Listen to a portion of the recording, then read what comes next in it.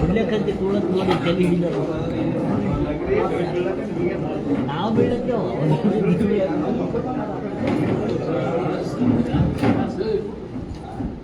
ಕುರ್ಜಿ ಅಳಿಬೇಡ ಕೂಡಂಗಿದ್ರೆ ಕೂಡ್ರಿ ಹೀಗೆ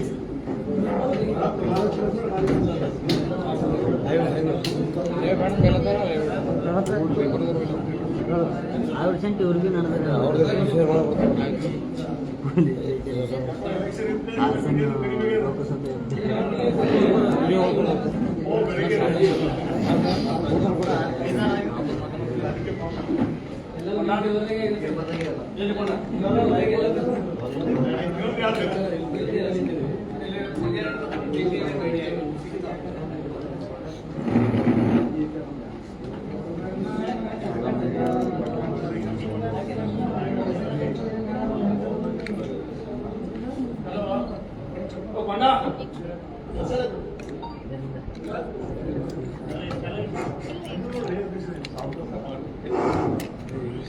ಎಲ್ಲರಿಗೂ ನಮಸ್ಕಾರ.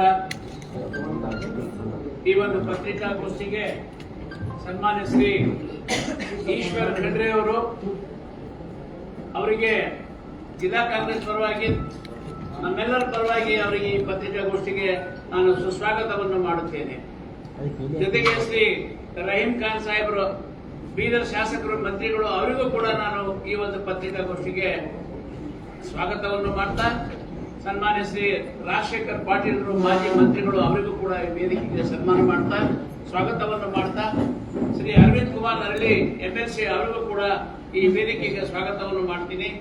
ಜೊತೆಗೆ ನಮ್ಮವರೇ ಆದ ಬಕ್ಕಪ್ಪ ಕೋಟೆಯವರು, ಆನಂದ್ ದೇವಪ್ಪ ಅವರು, ಮುರಳೀಧರ್ ಎಲ್ಲರಿಗೂ ಕೂಡ ಈ ಪತ್ರಿಕಾಗೋಷ್ಠಿಗೆ ಸ್ವಾಗತವನ್ನು ಮಾಡ್ತಾ, ಎಲ್ಲ ಮಾಧ್ಯಮದ ಮಿತ್ರರಿಗೂ ಕೂಡ ಸ್ವಾಗತವನ್ನು ಮಾಡ್ತಾ, ಈಗ ಈ ಪತ್ರಿಕಾಗೋಷ್ಠಿ ಸನ್ಮಾನ್ಯ ಈಶ್ವರ್ ಸಾಹೇಬರು ನಡೆಸಿಕೊಡ್ಬೇಕಾಗಿ ಅವರಲ್ಲಿ ಮನವಿ ಮಾಡ್ತಾರೆ.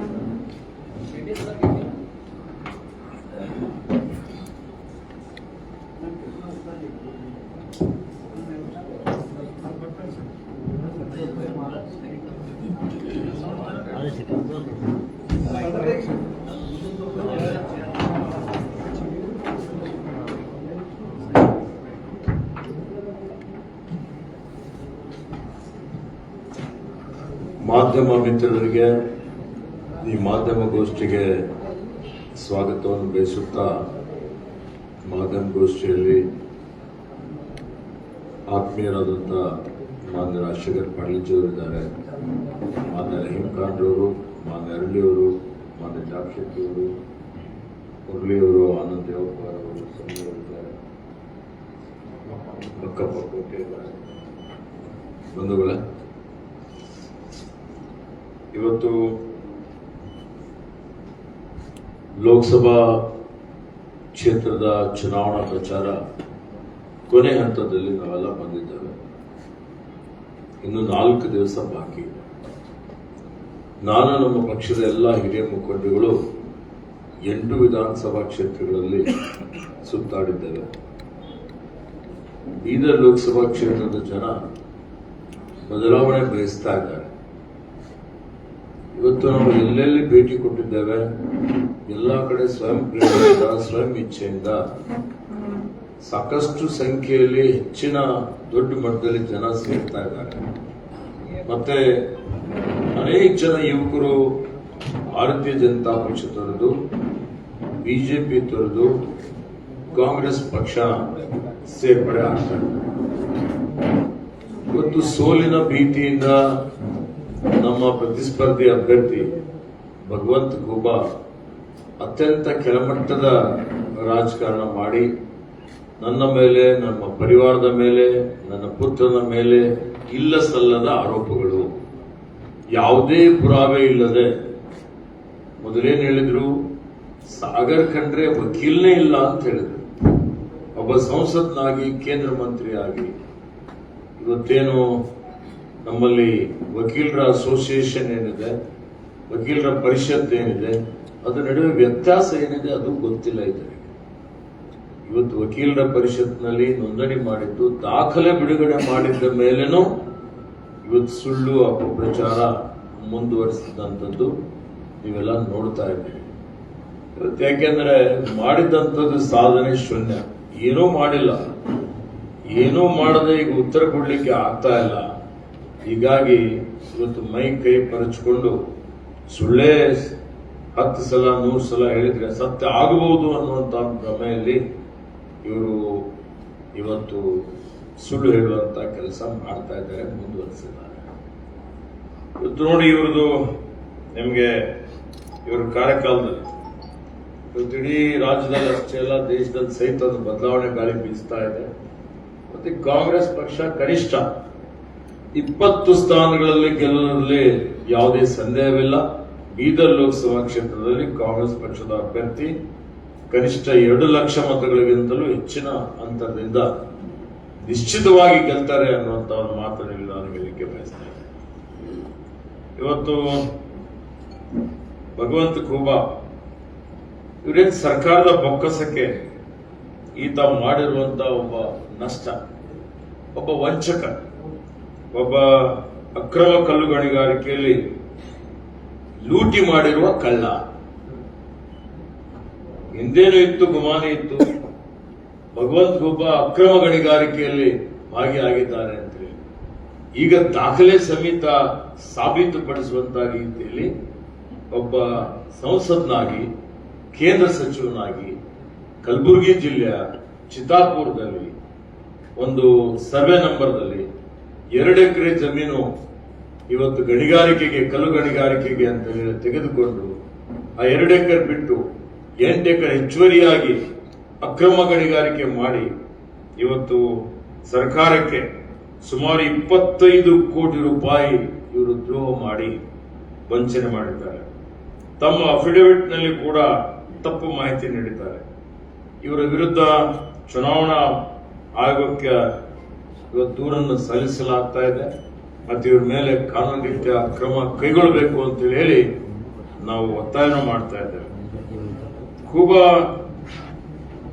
ರೀತಿ ನಾವೇನು ಆಧಾರರಹಿತವಾದಂತಹ ಆರೋಪ ಮಾಡ್ತಾ ಇಲ್ಲ. ಖೂಬಾನ ಅಫಿಡವಿಟ್ ನ ಪುಟ ಸಂಖ್ಯೆ 15ರ 10ನೇ ಕಾಲಂನಲ್ಲಿ liabilities that are under dispute ಕಾಲಂನಲ್ಲಿ demand notice from deputy director department of mines and geology Kalaburagi of rupees 54,51,733 ಅಂತಿದೆ. ಇವರಿಗೆ ದಂಡ ಹಾಕಿದ್ದು, ಅಕ್ರಮ ಗಣಿಗಾರಿಕೆ ಮಾಡಿದಂಥದ್ದು ಇವತ್ತು ಇವರು ಸರ್ಕಾರ ಇದ್ದಾಗೆ ದಂಡ ಹಾಕಿದ್ದಿದೆ. ರಾಜ್ಯದಲ್ಲಿ ಬಿಜೆಪಿ ಸರ್ಕಾರ ಇದ್ದಾಗೆ ದಂಡ ಹಾಕಿದ್ದಿದೆ. ಇವರು ಬರೆದಿದ್ದು liabilities that are in dispute column ನಲ್ಲಿ demand notice from deputy director department of mines and geology Kalaburagi 54,51,733 ರೂಪಾಯಿ ಅಂತ ಹಾಕಿದ್ದಾರೆ. ಇದರಲ್ಲಿ ಇವರು ತೋರಿಸಿದ್ದಾರೆ. ಆದರೆ ಅವರಿಗೆ ದಿನಾಂಕ 18/7/2019 ಅವಧಿ ಮುಗಿದಿರುವ ಕಲ್ಲು ಗಣಿಗುತ್ತಿಗೆಯಲ್ಲಿ ಅಕ್ರಮ ಮಾಡಿ ಬಾಕಿ ರಾಜಧನ ಪಾವತಿಸುವಂತೆ ಬಿಜೆಪಿ ಸರ್ಕಾರದಿಂದಾಗ 2023ರಲ್ಲಿ ಖೂಬಾ ಅವರಿಗೆ ಗಣಿ ಮತ್ತು ಭೂ ವಿಜ್ಞಾನ ಇಲಾಖೆ ನೋಟಿಸ್ ನೀಡಿದೆ. 1/7/2023 ನೋಟಿಸ್ ಸಂಖ್ಯೆ. ಈ ನೋಟಿಸ್ ನಲ್ಲಿ ನೋಡಿ 24/1933 ರೀತ್ಯ 77,49,221 ರೂಪಾಯಿ ಪಾವತಿಸುವಂತೆ ದಂಡ ಇದೆ ಅಂತ ಹೇಳಿ ಇವತ್ತು ತೋರಿಸಿದ್ರು. ಇವರ ಅಫಿಡವಿಟ್ ನಲ್ಲಿ ಇವತ್ತೇನು ನಿಯಮ ಇದೆ, ಕಾನೂನಿದೆ, ನಿಮ್ಮ ಸತ್ಯ ಇದ್ದಂಥದ್ದೇ ನಿಮ್ಮ ಅಫಿಡವಿಟ್ ನಲ್ಲಿ ಹೇಳಬೇಕು ಅಂತ ಪ್ರಮಾಣ ಮಾಡಿರ್ತಾರೆ. ಪ್ರಮಾಣ ಮಾಡಿ ನಾವು ಅಫಿಡವಿಟ್ ಕೊಡಬೇಕಾಗುತ್ತೆ. ಉದ್ದೇಶಪೂರ್ವಕವಾಗಿ 77,49,000 ದಂಡ ಇದ್ದಿದ್ದು ಇವರು ತೋರಿಸ್ತಾರೆ ಬರೀ ಇವತ್ತೇನು ಅಂದ್ರೆ 54,51,000. ಇದು ವ್ಯತ್ಯಾಸ. ಸುಳ್ಳು ಅಫಿಡವಿಟ್ ಕೊಟ್ಟಂತದ್ದು. ಅದಾದ್ಮೇಲೆ ಇತ್ತೀಚಿನ ಮಾಹಿತಿ ಅಂದರೆ ಇವರು ನಾಮ ಪತ್ರ ಸಲ್ಲಿಕೆಗಿಂತ 1 ದಿವಸ ಮೊದಲು ಇವರಿಗೆ ಇನ್ನೊಂದು ನೋಟಿಸ್ ಹೋಗುತ್ತೆ. ಮತ್ತೆ ಒಂದು ಸಲ ಇವ್ರ ಮೇಲೆ ದೂರು ಬಂದು ದಂಡ ಹಾಕಿದ ಮೇಲೆ ನೀವು ಅಕ್ರಮ ಗಣಿಗಾರಿಕೆ ಮಾಡ್ತಾ ಇದ್ದೀರಿ ಅಂತ ಹೇಳಿದ್ರೆ ಇವ್ರದ ಸೊಪ್ಪು, ದುರ್ವರ್ತನೆ, ದುರಂಕಾರ ನೋಡಿ. ಸರ್ಕಾರ ಇದ್ರು ಯಾರಿಗೆ ಏನ್ ತಿಳಿಯೋದಿಲ್ಲ. ಕಾನೂನು ಅಂದ್ರೆ ಕಸದ ಗುಟ್ಟಿಗೆ ಹಾಕಬೇಕು ಅನ್ನುವಂತ ರೀತಿಯಲ್ಲಿ ಅದೇ ರೀತಿ ಅಕ್ರಮ ಗಣಿಗಾರಿಕೆ ಇವರು ಮುಂದುವರಿಸಿ 2 ಎಕರೆ ಪ್ರದೇಶದಲ್ಲಿ ಕಲ್ಲು ಗಣಿಗಾರಿಕೆ ಮಾಡಲು 5 ವರ್ಷದ ಅವಧಿಗೆ ಅನುಮತಿ ಪಡೆದು survey number 24/2, survey number 24/3, survey number 24/5. ಇವರು ಪರವಾನಗಿ ತೆಗೆದುಕೊಂಡಿದ್ದು ಸರ್ವೆ ನಂಬರ್ 24/4 ಅಲ್ಲಿ 2 ಎಕರೆದಲ್ಲಿ. ಅದನ್ನು ಮಾಡಿ ಅದು ಬಿಟ್ಟು ಅಕ್ರಮವಾಗಿ ಮಾಡ್ತಾ ಇರ್ತಕ್ಕಂಥದ್ದು survey number 24/2, survey number 24/3, survey number 24/5, survey number 24/7, survey number 24/8, survey number 24/10, survey number 24/5/1 ಮತ್ತು ಸರ್ವೆ ನಂಬರ್ 25/1ರಲ್ಲಿ ಒಟ್ಟು 8 ಎಕರೆಗಿಂತ ಹೆಚ್ಚಿನ ಜಮೀನಿನಲ್ಲಿ ಅನಧಿಕೃತವಾಗಿ ಅಕ್ರಮವಾಗಿ ಗಣಿಗಾರಿಕೆ ನಡೆಸಿ ಈ ರಾಜ್ಯದ ನೈಸರ್ಗಿಕ ಸಂಪತ್ತನ್ನು ಲೂಟಿ ಮಾಡಿದ್ದಂಥದ್ದು ಭಗವಂತ ಖೂಬಾ. ಇದು ಮಾಡಿದ್ದಾರೆ ಅಂತೇಳಿ ತನಿಖೆ ಮಾಡಿ ತನಿಖಾ ಅಧಿಕಾರಿಯ ಒಂದು ವರದಿಯ ಮೇರೆಗೆ ಇವರಿಗೆ 25,28,93,050 ರೂಪಾಯಿ ದಂಡ ಪಾವತಿಸಿ ಮಾಡಿ, ಇಲ್ಲದಿದ್ದರೆ ನಿಮ್ಮ ಮೇಲೆ ಕಾನೂನು ರೀತಿಯ ಕ್ರಮ ಕೈಗೊಳ್ಳುತ್ತೀವಿ ಅಂತೇಳಿ ನೋಟಿಸ್ ಬರುತ್ತೆ. ನೋಟಿಸ್ ಮುಚ್ಚಿಡಲಿಕ್ಕೆ ಬಹಳ ಪ್ರಯತ್ನ ಪಟ್ಟಿದ್ದಾರೆ. ಈಗ ಇದು ಮಾಹಿತಿ ಹಕ್ಕಿನಲ್ಲಿ ಈ ನೋಟಿಸ್ ಇವತ್ತು ದಿವಸ ದಾಖಲೆ ಸಿಕ್ಕಿದೆ. 25 ಕೋಟಿ ರೂಪಾಯಿ ದಂಡ ಕಟ್ಟಬೇಕು ಅಂದ್ರೆ ಇವರು 100 ಕೋಟಿ ಕಲ್ಲು ಲೂಟಿ ಮಾಡಿದ್ದಾರೆ. 2 ಎಕರೆ ಅಂದ್ರೆ 8 ಎಕರೆಯಲ್ಲಿ ಗಣಿಗಾರಿಕೆ ಮಾಡಿದ್ದಾರೆ. ಒಬ್ಬ ಕೇಂದ್ರ ಸಚಿವನಾಗಿ ಸರ್ಕಾರಕ್ಕೆ ಮೋಸ ಮಾಡೋ ಇವರು ಬೀದರ್ ಜಿಲ್ಲೆ ಜನರಿಗೆ ಮೋಸ ಮಾಡದೇ ಇರ್ತಾರ ಹೇಳಿ? ಇನ್ನು ಯಾವ್ಯಾವ ವ್ಯವಹಾರದಲ್ಲಿ ರಾಜ್ಯದ ಸಂಪತ್ತನ್ನು ಎಷ್ಟು ಲೂಟಿ ಮಾಡಿದ್ದಾರೆ ಗೊತ್ತಿಲ್ಲ. ಇದು ಮಹಾರಾಷ್ಟ್ರದಲ್ಲಿ ಬೇರೆ ಕೇಂದ್ರ ಸಚಿವರಲ್ಲ, ಬರೀ ಬೀದರ್ ಜಿಲ್ಲೆಗೆ ಕರ್ನಾಟಕಕ್ಕೆ ಸೀಮಿತವಾಗಿದ್ದವರಲ್ಲ. ಈಗ ಇವತ್ತು ನೋಡಿ, 1 ಲಕ್ಷ ಕೋಟಿ ಬೀದರ್ಗೆ ಅನುದಾನ ತಂದಿದ್ದೀರಿ ಅಂತ ಹೇಳಿದಿರಿ. ಅದರಲ್ಲಿ ಎಷ್ಟು ಕೋಟಿ ಲೂಟಿ ಮಾಡಿದಿರಿ ಅಂತ ಹೇಳಿ ಜನರಿಗೆ ಹೇಳಬೇಕು. ಕೇಂದ್ರ ಸಚಿವನಾಗಿ ರಸ್ತೆ ಗುತ್ತಿಗೆಯಲ್ಲಿ, ಹೊರಗುತ್ತಿಗೆ ನೌಕರರ ಗುತ್ತಿಗೆಯಲ್ಲಿ ವಿವಿಧ ಕಾಮಗಾರಿಗಳನ್ನು ತನ್ನ ಸ್ವಂತ ಸಹೋದರರಿಗೆ ಕೊಟ್ಟು ಇವ್ರನ್ನೆಲ್ಲ ಮನೆಯಲ್ಲೇ 8 ಜನ ಗುತ್ತಿಗೆದಾರರಿಗೆ ತಯಾರು ಮಾಡಿಬಿಟ್ಟಿದ್ದಾರೆ. ಸ್ವಜನ ಪಕ್ಷಪಾತ ಮಾಡಿ ಅದರಲ್ಲೂ ಕೋಟಿ ಕೋಟಿ ಲೂಟಿ ಮಾಡಿ ಬೇರೆಯವ್ರ ಮೇಲೆ ಆರೋಪ ಮಾಡ್ತಾರಲ್ಲ, ಯಾವುದೇ ಪುರಾವೆ ಇಲ್ಲದೆ. ಇವತ್ತು ನಿಜವಾದಂತ ಕಲೆಕ್ಷನ್ ಏಜೆಂಟ್ ಯಾರಾದ್ರೂ ಇದ್ರೆ ಅದು ಭಗವಂತ ಖೂಬಾ ಅಂತ ಹೇಳ್ಬೋದು. ಇವ್ರದ್ದೇನೇನು ಬೇನಾಮಿ ಆಸ್ತಿ ಇದೆ ಅದೆಲ್ಲವೂ ಮುಂದಿನ ದಿನಮಾನಗಳಲ್ಲಿ ತನಿಖೆಯಲ್ಲಿ ಹೊರಗಡೆ ಬರ್ತದೆ. ಸುಳ್ಳೇ ದಿನ ಒಂದು ದೂರುಗಳು ಕೊಡೋದು. ಸರ್ಕಾರಿ ನೌಕರರು, ವಿವಿಧ ಇಲಾಖೆ ಅಧಿಕಾರಿಗಳು ಕಾಂಗ್ರೆಸ್ ಅಭ್ಯರ್ಥಿ ಪರ ಪ್ರಚಾರ ಮಾಡುತ್ತಿದ್ದಾರೆ. ಎಲ್ಲಿ ಮಾಡಿದ್ದಾರೆ? ಚುನಾವಣೆ ದಿನಾಂಕ ಪ್ರಾರಂಭ ಆಗಿದ್ಮೇಲೆ ಇಲ್ಲಿವರೆಗೆ 100 ಆರೋಪಗಳು, 100 ದೂರುಗಳನ್ನು ಕೊಟ್ಟಿದ್ದಾರೆ. ಯಾವುದೇ ದೂರಿಗೆ ಆಧಾರ ಇಲ್ಲ, ಪುರಾವೆ ಇಲ್ಲ, ಸಾಕ್ಷಿ ಇಲ್ಲ. ಸುಮ್ಮನೆ ಎಲ್ಲೋ ಒಂದು ಫೋಟೋ ಇಳಿಸ್ಕೊಂಡು ಪಾಪ ಬಡಪಾಯಿಗಳ ಮೇಲೆ ಚುನಾವಣಾ ಆಯೋಗದಿಂದ ಇವತ್ತು ಒತ್ತಾಯ ಮಾಡಿಸಿ ಅವ್ರ ಮೇಲೆ ಕ್ರಮ ಕೈಗೊಳ್ಳುವಂತಹ ಒಂದು ಕೆಲಸ ಅವ್ರು ಮಾಡಲಿಕ್ಕೆ ಪ್ರಯತ್ನ ಮಾಡ್ತಾ ಇದ್ದಾರೆ. 10 ವರ್ಷದಲ್ಲಿ ಏನ್ ಕೊಡುಗೆ ಇದೆ ಭಗವಂತ ಖೂಬಾದು ಹೇಳಿ? ಕರೋನಾ ಕಾಲದಲ್ಲಿ ಇವರು ಯಾವ ಜನರ ನೆರವಿಗೂ ಬಂದಿಲ್ಲ. ಇವತ್ತು ರೆಮ್ಡೆಸಿವಿರ್ 22,000 ಇದ್ದಿದ್ದು 30,000-40,000 ರೂಪಾಯಿ ಕಳಸಂತೆಯಲ್ಲಿ ಮಾರಾಟ ಮಾಡಿದ್ರು. ಈತ ಕ್ಯಾರೆ ಅನ್ನಲಿಲ್ಲ, ಲೂಟಿಯಲ್ಲಿ ಭಾಗಿಯಾಗಿದ್ರು. ಜನ ಹಾದಿಯಲ್ಲಿ ಬೀದಿಯಲ್ಲಿ ಸತ್ರು. ಮಾನವೀಯತೆ ಅನ್ನಂಥದ್ದು ಒಂದು ನ್ಯಾಯ ಬೆಳೆಸಿದ್ದು ಭಗವಂತ ಖೂಬಾಗೆ ಇದ್ದಿಲ್ಲ.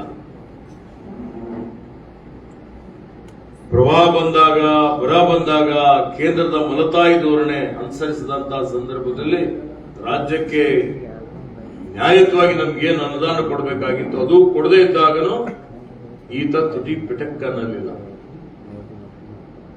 ರಾಸಾಯನಿಕ ಮತ್ತು ರಸಗೊಬ್ಬರ ಸಚಿವರಾಗಿದ್ದರು. ಜಿಲ್ಲೆಯ ರೈತರಿಗೆ ಸಕಾಲದಲ್ಲಿ ಸಾಕಷ್ಟು ಗೊಬ್ಬರ ಲಭ್ಯ ಆಗಿಲ್ಲ. ಅದು ಕಾಳಸಂತೆಯಲ್ಲಿ ಮಾರಾಟ ಆಯಿತು. ಯಾರು ಕೇಳಿದ್ರು ಅವರಿಗೆ ಇವತ್ತು ಅವ್ರ ಜೊತೆಲಿ ದುರ್ವರ್ತನೆ, ದುರಂಗ.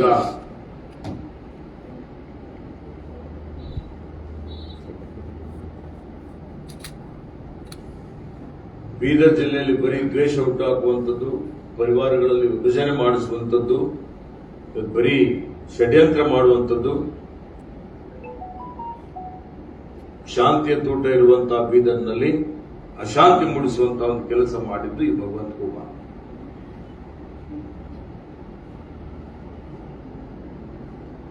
ಶಿಕ್ಷಕ ಉಪನ್ಯಾಸಕರು ಸಹಕಾರ ಕೋರಿ ಅವರ ಹತ್ರ ಹೋಗಿದಾಗ ಅವರಿಗೂ ಅವಮಾನ ಮಾಡಿದಂಥದ್ದು. ಬ್ರಿಮ್ಸ್ ಆಸ್ಪತ್ರೆಗೆ ವೀಕ್ಷಣೆಗೆ ಹೋಗಿದ್ದಾಗ ಮರುಜೀವ ನೀಡುವ ವೈದ್ಯರನ್ನು ನಾಯಿಗೆ ಹೋಲಿಸಿದಂಥದ್ದು. ಸಾರ್ವಜನಿಕವಾಗಿ ಗಣೇಶೋತ್ಸವ ಮಾಡಲಿಕ್ಕೆ ಜನ ಪಾಪ ದೇಣಿಗೆ ಕೇಳ್ತಾರೆ, ಆ ಯುವಕರಿಗೆ ಅವಮಾನ ಮಾಡಿ ಕಳಿಸಿದಂಥದ್ದು. ವಕೀಲರ ಸಂಘದವರಿಗೆ ನೀವು ಲಿಫ್ಟ್ ಮಾಡಿಕೊಡ್ತೀನಿ ಅಂತ ಹೇಳಿ ಭರವಸೆ ನೀಡಿ ಗೆದ್ದ ಬಳಿಕ ಕೇಂದ್ರ ಮಂತ್ರಿ ನೀವು ಲಿಫ್ಟ್ ಕೇಳ್ತೀರಾ, ನಂದೇನು ಘನತೆ ಗೌರವ ಇದೆ ಅಂತ ಹೇಳಿ ವಕೀಲರಿಗೆ ಸಹಿತ ಅವಮಾನ ಮಾಡಿದ್ದು. ಒಂದ ಎರಡ ಇವತ್ತು ನೋಡಿ, ತನ್ನ ಸ್ವಾರ್ಥಕ್ಕಾಗಿ ತನ್ನ ಸ್ವಪಕ್ಷದ ಹಲವಾರು ಜನ ಏನ್ ಸಾಧನೆ ಮಾಡಿದ್ದೀರಿ ನೀವು ಅಂತ ಕೇಳಿ ನಿಮ್ಮಿಂದ ಏನೂ ಸಹಕಾರ ಆಗ್ತಾ ಇಲ್ಲ ಅಂತ ಹೇಳಿದ್ರೆ ಪಾಪ ಆ ಯುವಕರ ಮೇಲೆ ಗುಂಡಾ ಕೇಸ್ಗಳನ್ನು, ಇವತ್ತು ಗುಂಡಾ ಕಾಯ್ದೆ ಅಡಿಯಲ್ಲಿ ಕೇಸ್ಗಳನ್ನು ಹಾಕಿ ಇವತ್ತು ಸ್ವಪಕ್ಷೀಯರೇ ಅವರಿಗೆ ತಿರಸ್ಕಾರ ಮಾಡುವಂಥದ್ದು, ಎಲ್ಲಿಯೂ ಮನ್ನಣೆ ಇಲ್ಲ.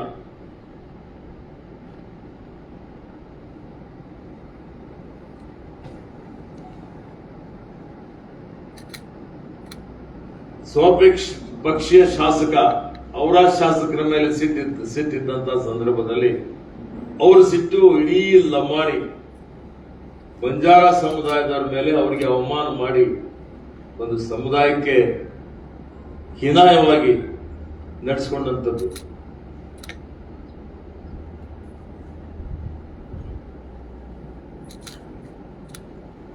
ಇದು ಯಾರಿಗೂ ಬಿಟ್ಟಿಲ್ಲ. ವೇದಿಕೆ ಮೇಲೆ ಮಠಾಧಿಪತಿಗಳಿಗೂ ಅವಮಾನ ಮಾಡಿದ್ದು ಹಿಂದೆ ಅಂತೂ ನಾನು ಎಲ್ಲೂ ನೋಡಿಲ್ಲ.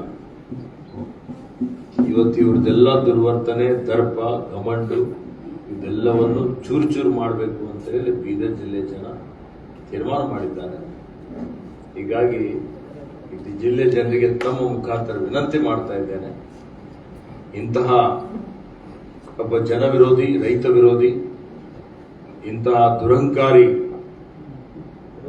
ಬಿಜೆಪಿಯ ಅಭ್ಯರ್ಥಿಯನ್ನು ಈ ಚುನಾವಣೆಯಲ್ಲಿ ಬೀದರ್ ಲೋಕಸಭಾ ಕ್ಷೇತ್ರದ ಜನ ಇವತ್ತಿವರಿಗೆ ಶಾಶ್ವತವಾಗಿ ಮನೆಗೆ ಕಳಿಸಿ ಒಬ್ಬ ಯುವ ಪ್ರತಿಭೆಗೆ ಅಮೂಲ್ಯವಾದಂತಹ ಮತ ಕೊಟ್ಟು ಗೆಲ್ಲಿಸಬೇಕು.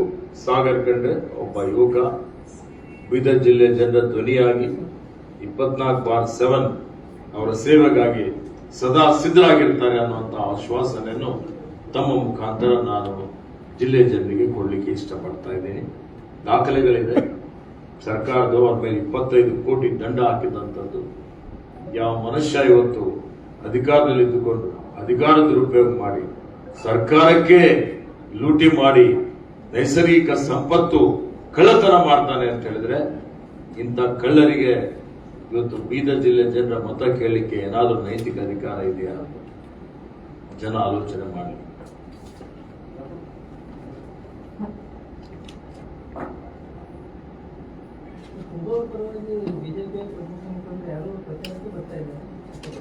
ಬಿಜೆಪಿಯವರಿಗೆ ಕೇಳಬೇಕು, ನಾನು ಕಮೆಂಟ್.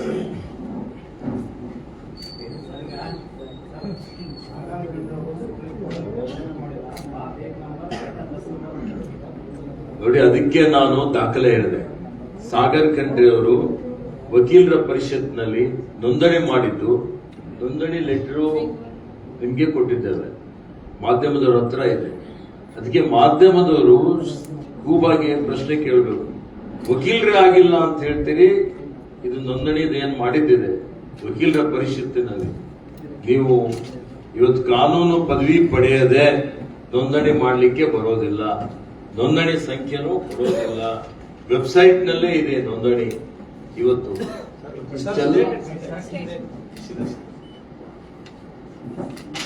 ಇಷ್ಟೆಲ್ಲ ದಾಖಲೆಗಳಿದ್ರು, ದಾಖಲೆಗಳೇ ಇದೆ. ನಾನು ಇಂಜಿನಿಯರಿಂಗ್ ಪಾಸ್ ಆಗಿದ್ದೇನೆ ಉದಾಹರಣೆಗೆ, ನನ್ನ ಇಂಜಿನಿಯರಿಂಗ್ ಡಿಗ್ರಿ ಇದೆ. ಕೂಬಾ ಇಂಜಿನಿಯರೇ ಇಲ್ಲ. ಈಗ ನೀವು ಮತ್ತದೇ ಕೇಳ್ತೀರಿ ಅಂದ್ರೆ ಏನು ಹೇಳಿ? ನಾವು ದಾಖಲೆ, ಡಾಕ್ಯುಮೆಂಟ್ ಸ್ಪೀಕ್ಸ್ ಫಾರ್ ದೆಮ್ಸೆಲ್ವ್ಸ್. ದಾಖಲೆಗಳಿದೆ. ಈ ದಾಖಲೆ ಸುಳ್ಳಿದೆ, ಬೋಗಸ್ ಇದೆ ಅಂತ ಹೇಳಿ ಕೋರ್ಟ್ ಕೇಸ್ ಆಗ್ಲಿ, ಇದಾಗಲೇ ಸುಳ್ಳಿದೆಯಾ ಇದ್ದಿದ್ದು? ಮತ್ತೆ ಸರಿ, ಗಣಿ ವಿಚಾರದಲ್ಲಿ ಗಣಿಯಲ್ಲಿ ಅಕ್ರಮ ಮಾಡಿದಾರೆ ಅಂತ ಇದ್ರಲ್ಲ ಸರ್, ನಾನಂತ ಇಲ್ಲ, ಆ ಡಾಕ್ಯುಮೆಂಟ್ ಹೇಳ್ತಾ ಇವೆ ಸರ್. ಸರ್ಕಾರದ ದಾಖಲೆ ಇದೆ. ಅಂದ್ರೆ ಅಧಿಕಾರಿಗಳು ಏನ್ ಮಾಡ್ತಾರೆ ಸರ್? ಸರ್ಕಾರ ನಿಮ್ಗೆ ಅದರ ಅಧಿಕಾರಿಗಳು ಏನ್ ಮಾಡ್ರು ಇಷ್ಟು ದಿನ? ಅವ್ರಿಗೆ ನೋಟಿಸ್ ಕೊಡ್ಬೇಕಾಗಿತ್ತು, FIR ಮಾಡ್ಬೇಕಾಗಿತ್ತು. ನೋಡಿ, ಸರ್ಕಾರ ಈಗ ಅದೇ ಹೇಳ್ತಾ ಇದ್ದೀನಿ, 70 ಲಕ್ಷದ ಮೇಲೆ ಈಗ ಏನು ಅವರಿಗೆ ದಂಡ ಹಾಕ್ಬೇಕು ಅಂತ ಕೊಟ್ಟಿದ್ರು. ಮತ್ತೆ ಸರ್ವೆ ಮಾಡಿದ್ದಾಗ, ಸಮೀಕ್ಷೆ ಮಾಡಿದ್ದಾಗ ಇನ್ನೂ ಹೆಚ್ಚುವರಿ 8 ಎಕರೆಯಲ್ಲಿ ಅನಧಿಕೃತವಾಗಿ ಕಾನೂನು ಬಾಹಿರವಾಗಿ ಅಕ್ರಮ ಗಣಿಗಾರಿಕೆ ಮಾಡಿದ್ದಾರೆ ಅಂತ ಹೇಳಿ ಅವರಿಗೆ ನೋಟಿಸ್ ಕೊಟ್ಟಿದ್ದಾರೆ 25 ಕೋಟಿ ರೂಪಾಯಿಗೆ. ಮುಂದೆ ಅವ್ರ ಹಣ ತುಂಬದೇ ಇದ್ದರೆ ಮುಂದಿನ ಕ್ರಮ ತಗೊಳ್ತಾರೆ. ಕಾನೂನು ರೀತಿಯ ವಸೂಲಿ ಮಾಡುವಂಥದ್ದು, ಅವ್ರದ್ದು ಏನು ಆಸ್ತಿ ಪಾಸ್ತಿ ಇದೆ ಜಪ್ತಿ ಮಾಡುವಂಥದ್ದು, ಇಲ್ಲದ್ರೆ ಅವ್ರ ಮೇಲೆ ಕ್ರಿಮಿನಲ್ ಮೊಕದ್ದಮೆ ಹಾಕುವಂಥದ್ದು ಮಾಡ್ತಾರೆ. ಇವತ್ತು ನಾನು ಬೀದರ್ ಜಿಲ್ಲೆಯ ಜನರಿಗೆ, ಸಾರ್ವಜನಿಕ ಎಲ್ಲ ನಮ್ಮ ಬಂಧುಗಳಿಗೆ ತಮ್ಮ ಮುಖಾಂತರ ಏನ್ ಮಾಹಿತಿ ಕೊಡ್ಬೇಕಂತ ಇದ್ದೀನಿ ಅಂತ ಹೇಳಿದ್ರೆ, ಒಬ್ಬ ಜವಾಬ್ದಾರಿಯುತ ಸ್ಥಾನದಲ್ಲಿದ್ದಂತ ಒಬ್ಬ ವ್ಯಕ್ತಿ ಸರ್ಕಾರದ ನೈಸರ್ಗಿಕ ಸಂಪತ್ತು ಲೂಟಿ ಮಾಡ್ತಾನೆ ಅಂತ ಹೇಳಿದ್ರೆ ಅವನಿಗೆ ಲೋಕಸಭೆಯಲ್ಲಿ ನಿಲ್ಲುವಂತ ನೈತಿಕತೆ ಇದೆಯಾ? ಭಾರತೀಯ ಜನತಾ ಪಕ್ಷ ನಾವು ಪಾರದರ್ಶಕತೆಯಿಂದ ಇವತ್ತು ಆಡಳಿತ ಕೊಡ್ತೀವಿ, ನಾ ಖಾऊंಗ ನಾ ಖಾನೆ ದುಂಗ ಅಂತ ಹೇಳ್ತಾರಲ್ಲ, ಇವರಿಗೆ ಅವ್ರೇನು ಉತ್ತರ ಕೊಡ್ತಾರೆ? ಅದಕ್ಕೆ ಈ ಜಿಲ್ಲೆಯ ಜನ ಉತ್ತರ ಬಯಸ್ತಾ ಇದ್ದಾರೆ. ಇಂಥ ಅಕ್ರಮ ಮಾಡುವಂತವ್ರಿಗೆ, ಇಂಥ ಲೂಟಿ ಮಾಡುವಂತವರಿಗೆ, ಇಂಥ ಕಳ್ಳರಿಗೆ ಲೋಕಸಭೆ ಟಿಕೆಟ್ ಹೆಂಗ್ ಕೊಟ್ರಿ ನೀವು? ಹೇಳ್ಬೇಕಲ್ಲ, ಉತ್ತರ ಕೊಡ್ಬೇಕಲ್ಲ ಜನರಿಗೆ.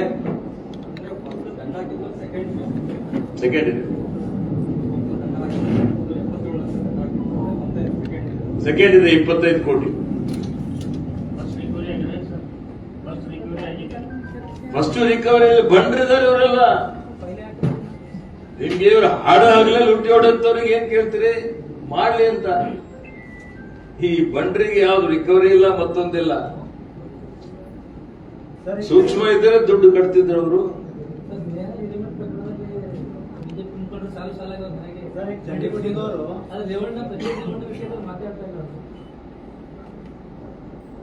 ನೋಡಿ, ಅವರ ಮಾನಸಿಕತೆ ಇವತ್ತು ಬೇಟಿ ಪಡಾವೋ ಬೇಟಿ ಬಚಾವೋ ಅಂತ ಹೇಳ್ತಾರೆ. ಇಷ್ಟೊಂದು ದೊಡ್ಡ ಮಟ್ಟದ ಒಂದು ಹಗರಣ ಆಗಿದೆ. ಕಾನೂನು ರೀತಿಯ ಕ್ರಮ ತೆಗೆದುಕೊಳ್ಬೇಕು ಅನ್ನೋಂಥದ್ದು ಮಾಡಬೇಕಾಗಿತ್ತಲ್ಲ. ಮತ್ತೆ ಇವರಿಗೆ ಇಷ್ಟೊಂದು ಮಾಸ್ ಇವತ್ತು ದೌರ್ಜನ್ಯ ಆಗಿದೆ ಅಂತ ಹೇಳಿ ಗೊತ್ತಾದ್ಮೇಲೆ ಮತ್ತ ಅಂತ ವ್ಯಕ್ತಿಗೆ ಮತ ಕೊಡಿ ಅಂತೇಳಿ ಕೇಳ್ತಾರಲ್ಲ ಇವರು, ಅದು ಜನ ಅವರಿಗೆ ಕೇಳಬೇಕು. ಇವತ್ತು ಬಿಜೆಪಿಯವರು ಇಂಥ ಒಬ್ಬ ವ್ಯಕ್ತಿಗೆ, ಯಾರು ಇಷ್ಟೊಂದು ದೊಡ್ಡ ಮಟ್ಟದಲ್ಲಿ ಮಹಿಳೆಯರ ಮೇಲೆ ದೌರ್ಜನ್ಯ ಮಾಡಿದಂಥದ್ದು, ಅಂತವ್ರಿಗೆ ಮತ ಹಾಕಿ ಅಂತ ಕೇಳಲಿಕ್ಕೆ ನಿಮ್ಮ ಮನಸ್ಸು ಹ್ಯಾಂಗ ಹೋಗ್ತದೆ? ನೀವು ಯಾವ ಆಧಾರದ ಮೇಲೆ ಮಹಿಳೆಯರ ಮತ ಕೇಳ್ತಾ ಇದ್ದೀರಿ?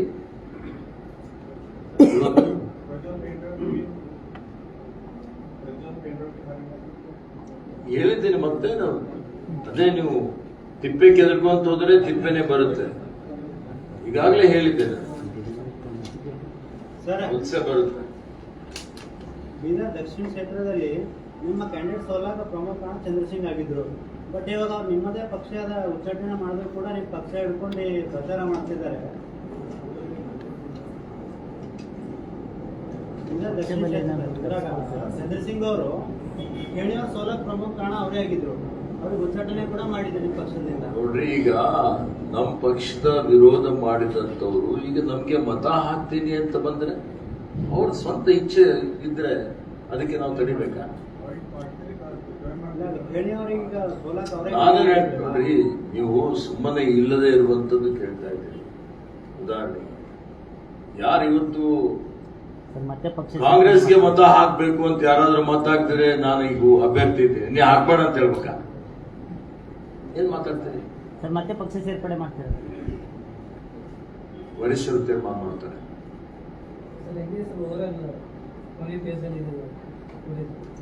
ಎಲ್ಲಾ ಕಡೆ ಕಾಂಗ್ರೆಸ್ ಅಲೆ ಇದೆ, ನೋಡ್ತಾ ಇದ್ದೀರಿ. ಇವತ್ತು ಅಭೂತಪೂರ್ವವಾದಂತಹ ಬೆಂಬಲ ಜನ ಕೊಡ್ತಾ ಇದ್ದಾರೆ, ಸ್ವಯಂ ಇಚ್ಛೆಯಿಂದ, ಸ್ವಯಂ ಪ್ರೇರಣೆಯಿಂದ. ಮತ್ತೆ ವಿಶೇಷವಾಗಿ ನಾವೆಲ್ಲಾ ಜಿಲ್ಲೆ ಮುಖಂಡರುಗಳು, ನಾನು, ರಾಜಶೇಖರ್ ಪಾಟೀಲ್, ರಹೀಂ ಖಾನ್, TR ಪಾಟೀಲ್, ಅಶೋಕ್ ಕೇಣಿಯವರು, ನಮ್ಮ ಸುಭಾಷ್ ರಾಠೋಡ್ ಅವರು, ವಿಜಯ್ ಸಿಂಗ್ ರವರು, ಜಿಲ್ಲಾಧ್ಯಕ್ಷರಾದಂತಹ ಮಾನ್ಯ ನಮ್ಮ ಬಸವರಾಜ್ ಜಾಬ್ಶೆಟ್ಟಿ ಅವರು, ಇತರ ಎಲ್ಲ ಪ್ರಮುಖ ಮುಖಂಡರು, ಅರವಿಂದ್ ಅರಳಿ ಅವರಿದ್ದಾರೆ. ಈ ತರ ಎಲ್ಲರೂ ಒಗ್ಗಟ್ಟಾಗಿ ಇವತ್ತು ನಾವು ಒಮ್ಮನಸ್ಸಿನಿಂದ ಕಾಂಗ್ರೆಸ್ ಪಕ್ಷದ ಅಭ್ಯರ್ಥಿ ಪರವಾಗಿ ಪ್ರಚಾರ ಮಾಡ್ತಾ ಇದ್ದೇವೆ. ಬಹಳ ಗಂಭೀರತೆಯಿಂದ ಮತ್ತೆ ಜನರು ನಮಗೆ ಸ್ಪಂದನೆ ಮಾಡ್ತಾ ಇದ್ದಾರೆ, ಬೆಂಬಲ ಕೊಡ್ತಾ ಇದ್ದಾರೆ. ನಮ್ಮ ಸರ್ಕಾರದ ಗ್ಯಾರಂಟಿಗಳು ವರ್ಕೌಟ್ ಆಗ್ತಾ ಇದೆ. ಜನರಿಗೆ ನಮ್ಮ ಮೇಲೆ ವಿಶ್ವಾಸ ಬಂದಿದೆ. ಈಗ ರಾಜ್ಯದಲ್ಲಿ ನಾವೇನ್ ಜನಪರ ಜೀವಪರ ಕಳಕಳಿ ಇಟ್ಟುಕೊಂಡು ಗ್ಯಾರಂಟಿಗಳನ್ನು ಅನುಷ್ಠಾನ ಮಾಡಿದ್ದೇವೆ. ಇದೇ ರೀತಿಯಲ್ಲಿ ನಮ್ಮ ಕೇಂದ್ರದ ಪ್ರಣಾಳಿಕೆಯಲ್ಲಿ ಚುನಾವಣೆ, ಲೋಕಸಭೆ ಚುನಾವಣೆ ಪ್ರಣಾಳಿಕೆಯಲ್ಲಿ ನಾವೇನ್ ಘೋಷಣೆ ಮಾಡಿದ್ದೇವೆ, ಪಂಚ ನ್ಯಾಯ ಗ್ಯಾರಂಟಿ. ಇವತ್ತು ಯುವ ನ್ಯಾಯ, ಮಹಿಳಾ ನ್ಯಾಯ, ಶ್ರಮಿಕರ ನ್ಯಾಯ, ಭಾಗಿದಾರಿಕೆ, ಇವೆಲ್ಲ ಏನು ನಾವು ರೈತ ನ್ಯಾಯ, ಇವೆಲ್ಲ ಗ್ಯಾರಂಟಿಗಳು ಮತ್ತೆ ಮುಂದೆ ಕೇಂದ್ರದಲ್ಲಿ ಕಾಂಗ್ರೆಸ್ ಸರ್ಕಾರ ಬಂದ ಮೇಲೆ ಅನುಷ್ಠಾನ ಆಗ್ತವೆ ಅನ್ನುವಂತ ಭರವಸೆ ಜನರಲ್ಲಿ ಬಂದಿದೆ. ಜನ ಖುಷಿಯಲ್ಲಿದ್ದಾರೆ, ಜನ ಹುಮ್ಮಸ್ಸಿನಲ್ಲಿದ್ದಾರೆ. ಮತ್ತೆ ತಮ್ಮ ಮುಖಾಂತರ ವಿನಂತಿ ಮಾಡ್ತಾ ಇದ್ದೀನಿ, ಮತದಾನ ಪ್ರತಿಯೊಬ್ಬರ ಹಕ್ಕಿದೆ. ಹೆಚ್ಚಿನ ಸಂಖ್ಯೆಯಲ್ಲಿ ಪ್ರತಿಯೊಬ್ಬರು ಬಂದು ತಮ್ಮ ಹಕ್ಕನ್ನು ಚಲಾಯಿಸಬೇಕು. ಮತಗಳನ್ನು ಅವರು ಮತಗಟ್ಟೆಗೆ ಬಂದು ಇವತ್ತು ಮತ ಹಾಕಬೇಕು ಅಂತ ಹೇಳಿ ವಿನಂತಿ ಮಾಡುತ್ತೇನೆ. ರಾಜೀವ್ ಗೌಡ ಅವರು ಹೇಳಿದ್ರು ಸರ್, ಡಿ.ಕೆ. ಶಿವಕುಮಾರ್ ಸಿಡಿಎಂ ಅವರು ಎಕ್ಸ್ಪೋರ್ಟ್ ಅಂತ ಹೇಳ್ತಾರೆ. ನಾಳೆ ಸಿದ್ದರಾಮಯ್ಯ ಬರ್ಬೋದು, ಮಗನೂ ಬರ್ಬೋದು. ಯಾರು ಹೇಳಿದ್ದಾರೆ? ರಾಜೀವ್ ಗೌಡ ಸುರ್ಪುರ್ ಕ್ಯಾಂಡಿಡೇಟ್ ನೋಡಿ, ಅವ್ರು ಇಲ್ಲ ಸಲ್ಲದ ಮಾತುಗಳು ಹೇಳಿದಕ್ಕೆ ಪ್ರತಿಯೊಂದಕ್ಕೂ ನಾವು ಪ್ರತಿಕ್ರಿಯೆ ಕೊಡುವ ಅವಶ್ಯಕತೆ ಇಲ್ಲ. ಈ ಪ್ರಕರಣದ ಬಗ್ಗೆ, ಪಂಜಾಬ್ ಪ್ರಕರಣದ ಬಗ್ಗೆ ಸರ್, ಈಗ ಈಗಾಗಲೇ ಹೇಳಿದ್ದೇನೆ. ಸಿದ್ದರಾಮಯ್ಯ ಕಾರಣ ಮೇನ್ ನೋಡಿ, ಈಗ ಸರ್ಕಾರ ಬಹಳ ಗಂಭೀರತೆಯಿಂದ ಈ ಪ್ರಕರಣವನ್ನು ತೆಗೆದುಕೊಂಡಿದೆ. ಎಸ್ಐಟಿ ರಚನೆ ಮಾಡಿದ್ದಾರೆ, ತನಿಖೆ ನಡೀತಾ ಇದೆ. ಉತ್ತಮವಾದಂತಹ ಅಧಿಕಾರಿಗೆ, ಹಿರಿಯ ಅಧಿಕಾರಿಗೆ ಇವತ್ತು ಅದರ ಮುಖ್ಯಸ್ಥರಾಗಿ ನೇಮಿಸಿದ್ದಾರೆ. ತನಿಖಾ ವರದಿ ಬರ್ತದೆ. ತನಿಖಾ ವರದಿ ಆಧಾರದ ಮೇಲೆ ಕಾನೂನು ರೀತಿ, ದೇಶದ ನೆಲದ ಕಾನೂನು ಎಲ್ಲರಿಗೂ ಒಂದೇ ಇದೆ. House ever high may be is not above the law. ಯಾರಾದರೂ ಕಾನೂನಿಗಿಂತ ಮೇಲಿದ್ದವರಿದ್ದಾರ? ನನಗೂ ಒಂದೇ ಕಾನೂನು, ಇವತ್ತು ಶ್ರೀಸಾಮಾನ್ಯನಿಗೂ ಒಂದೇ ಕಾನೂನು ಇದೆ. ನೋಡಿ, ಈಗ ವಿರೋಧ ಪಕ್ಷದವರಿಗೆ ಗೊತ್ತಾಗಿದೆ ಅವರಿಗೆ ಹಿನ್ನಡೆ ಆಗ್ತಾ ಇದೆ ಅಂತೇಳಿ. ಹೀಗಾಗಿ ಅವರು ಇವತ್ತು ಬಹಳಷ್ಟು ಹತಾಶ ಮನೋಭಾವನೆಯಿಂದ ಈ ರೀತಿಯಲ್ಲಿ ಹೇಳಿಕೆ ಕೊಡ್ತಾ ಇದ್ದಾರೆ. ಅದಕ್ಕೇನು ಬೆಲೆ ಇಲ್ಲ.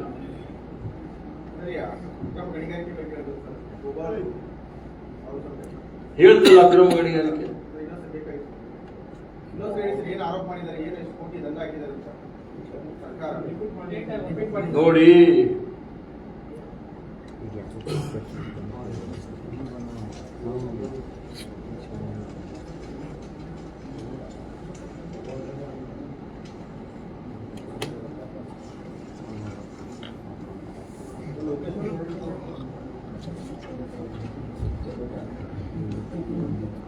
ದಿನಾಂಕ 18/4/2024 ಅಂದ್ರೆ ಭಗವಂತ ಖೂಬಾ ನಾಮಪತ್ರ ಸಲ್ಲಿಸುವ ಹಿಂದಿನ ದಿನ ಇವರಿಗೆ ಉಪನಿರ್ದೇಶಕರು ಗಣಿ ಮತ್ತು ಭೂವಿಜ್ಞಾನ ಇಲಾಖೆ ಕಲಬುರಗಿ ಇವರು ಇವತ್ತು ಇವರಿಗೆ ಒಂದು ದಂಡ ಹಾಕಿದ್ದ ಒಂದು ಪತ್ರ ಬರೀತಾರೆ, ನೋಟಿಸ್ ಜಾರಿ ಮಾಡ್ತಾರೆ. ಇದರಲ್ಲಿ ಭಗವಂತ ಖೂಬಾ ತಂದೆ ಗುರುಬಸಪ್ಪ ಖೂಬಾ ಇವರು ಕಲಬುರಗಿ ಜಿಲ್ಲೆ ಚಿತ್ತಾಪುರ ತಾಲೂಕಿನ ವಚ್ಚಾ ಗ್ರಾಮದ ಸರ್ವೆ ನಂಬರ್ 24/4ರಲ್ಲಿ 2 ಎಕರೆ ಪ್ರದೇಶದಲ್ಲಿ ಕಲ್ಲು ಗಣಿಗಾರಿಕೆ ಮಾಡಲು 5 ವರ್ಷದ ಅವಧಿಗೆ ಅನುಮತಿ ಅಥವಾ ಪರವಾನಗಿ ಪಡೆದು, ಇವರು ಪರವಾನಗಿ ಪಡೆದಿದ್ದು 2 ಎಕರೆ ಪ್ರದೇಶ. Survey number 24/2, survey number 24/3, survey number 24/5, survey number 24/7, survey number 24/8, survey number 24/10, survey number 24/5/1 ಮತ್ತು ಸರ್ವೆ ನಂಬರ್ 25/1ರಲ್ಲಿ ಒಟ್ಟು 2 ಎಕರೆ ಹೊರತುಪಡಿಸಿ 8 ಎಕರೆಗಿಂತ ಹೆಚ್ಚಿನ ಜಮೀನಿನಲ್ಲಿ ಅನಧಿಕೃತವಾಗಿ ಪರವಾನಗಿ ಇಲ್ಲದೆ, ರಾಜಧನ ಕಟ್ಟದೆ, ಸರ್ಕಾರಕ್ಕೆ ಮೋಸ ಮಾಡಿ ಅಕ್ರಮವಾಗಿ ಗಣಿಗಾರಿಕೆ ನಡೆಸಿ ಕಲ್ಲುಗಳನ್ನು ಲೂಟಿ ಮಾಡಿರುತ್ತಾರೆ, ಅಕ್ರಮ ಸಾಗಣೆ ಮಾಡಿರುತ್ತಾರೆ ಎಂದು 25,28,93,000 ರೂಪಾಯಿ ದಂಡ ಪಾವತಿಸುವಂತೆ ನೋಟಿಸ್ ನೀಡಿದ್ದಾರೆ. ಈ ವಿಷಯ ಕೂಬಾಗೆ ಗೊತ್ತಿತ್ತು, ಆದರೂ ತನ್ನ ಅಫಿಡವಿಟ್ ನಲ್ಲಿ ಮುಚ್ಚಿಟ್ಟಿದ್ದಾರೆ. ಇದೂ ಒಂದು ಅಪರಾಧ. ಸರ್ಕಾರ ಯಾವ್ದು ಕ್ರಮ ತಗೊಳ್ಬೇಕು? ಸರ್ಕಾರ ಮುಂದೆ ಕಾನೂನು ರೀತಿಯ ಕ್ರಮ ತಗೊಳ್ಳುತ್ತದೆ. ಆದರೆ ಈಗ ಅವರು ಕೇಂದ್ರದಲ್ಲಿ ಸಚಿವರಾಗಿದ್ರಲ್ಲ, ಮಾಹಿತಿ ಕೊಡಬೇಕಾಗಿತ್ತಲ್ಲ ಅವರು ಅಫಿಡವಿಟ್ ನಲ್ಲಿ. ಈ ರೀತಿ ನಾನು ಅಕ್ರಮ ಯಾರಾದರೂ ಕ್ರಿಮಿನಲ್ ಕೇಸ್ ಇದ್ರೆ ಮಾಹಿತಿ ಕೊಡಬೇಕು ಅಂತಿದೆ. ಈ ತರ ಇವತ್ತು ಆರ್ಥಿಕ ಅವ್ಯವಹಾರಗಳಾಗಿದ್ರು ಮಾಹಿತಿ ಕೊಡಬೇಕು ಅಂತ ನಿಯಮ ಇದೆ. ಸರ್ವೋಚ್ಚ ನ್ಯಾಯಾಲಯನೇ ಹೇಳಿದೆ. ಮಾಹಿತಿ ಯಾಕೆ ಮುಚ್ಚಿಟ್ಟಿದ್ದಾರೆ, ಯಾಕೆ ತಪ್ಪು ಮಾಹಿತಿ ಕೊಟ್ಟಿದ್ದಾರೆ? ಅವರು ತಪ್ಪು ಮಾಹಿತಿ ಕೊಟ್ಟು ಸಾಗರ್ ಕಂಡ್ರೆ ವಕೀಲನಿಲ್ಲ ಅಂತ ಹೇಳೋದು. ಅದು ವಕೀಲ ಪರಿಷತ್ನಲ್ಲಿ ನೋಂದಣಿ ಮಾಡಿದ್ದು ಅದು ಸುಳ್ಳಿದೆಯಾ? ವಕೀಲಿ ಡಿಗ್ರಿ ಪ್ರಾಪ್ತ ಮಾಡಿದ್ದು ಯೂನಿವರ್ಸಿಟಿಯಲ್ಲಿ ಅದು ಸುಳ್ಳಿದೆಯಾ?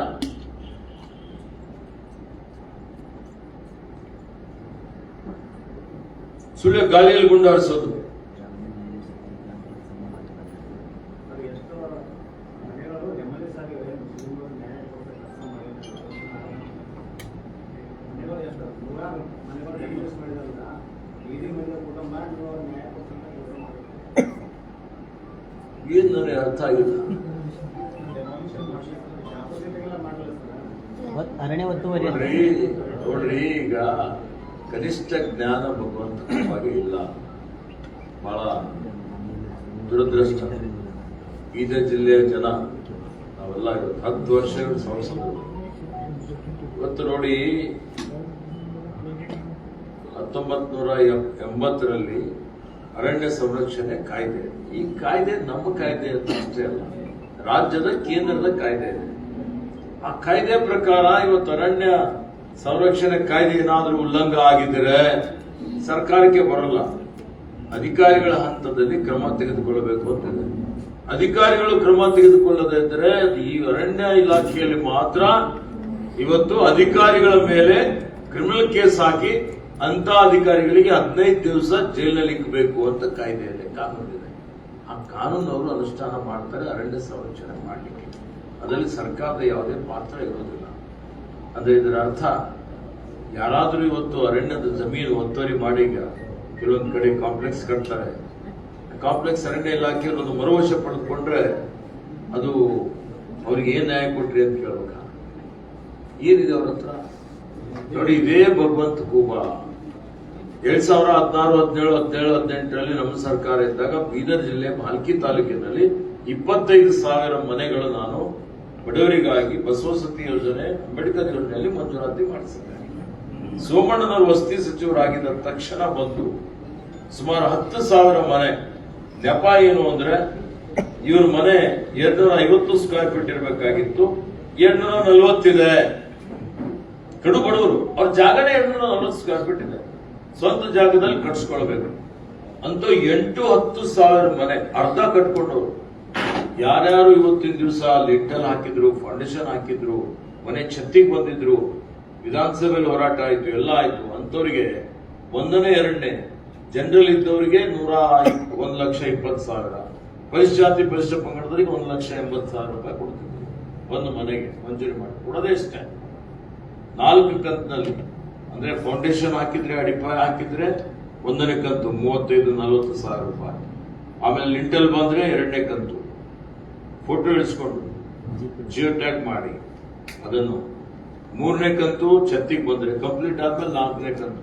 ಯಾರು 1ನೇ ಫೌಂಡೇಶನ್ ಹಾಕಿದ್ದಾರೆ, ಮನೆ ಕಟ್ಕೋಬೇಕು ಅಂತ ಹೇಳಿ, ಎಲ್ಲೋ ದೇವಾಲಯದಲ್ಲಿ ಇದ್ದಾರೆ, ಎಲ್ಲೋ ಜೋಪಡಿಯಲ್ಲಿದ್ದಾರೆ, ಕಿರಾಯಿ ಮನೆಯಲ್ಲಿದ್ದಾರೆ, ಅಂತವ್ರ ಮೇಲೆಲ್ಲ ಅಂತವ್ರು ಶಾಪ ತಟ್ಟಲ್ಲ ಇವರಿಗೆ.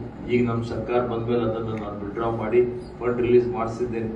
ಸುಮಾರು 8-10 ಸಾವಿರ ಪರಿವಾರದವರಿಗೆ ಮಾಲಿಕೆ. ಇದು ಘೋರ ಅನ್ಯಾಯ ಅಲ್ವಾ? ತಕರಾರು ಅರ್ಜಿ ಚುನಾವಣಾ ಆಯೋಗಕ್ಕೆ ದೂರು ಕೊಡ್ತೀವಿ, ಅದು ನಡೀತದೆ.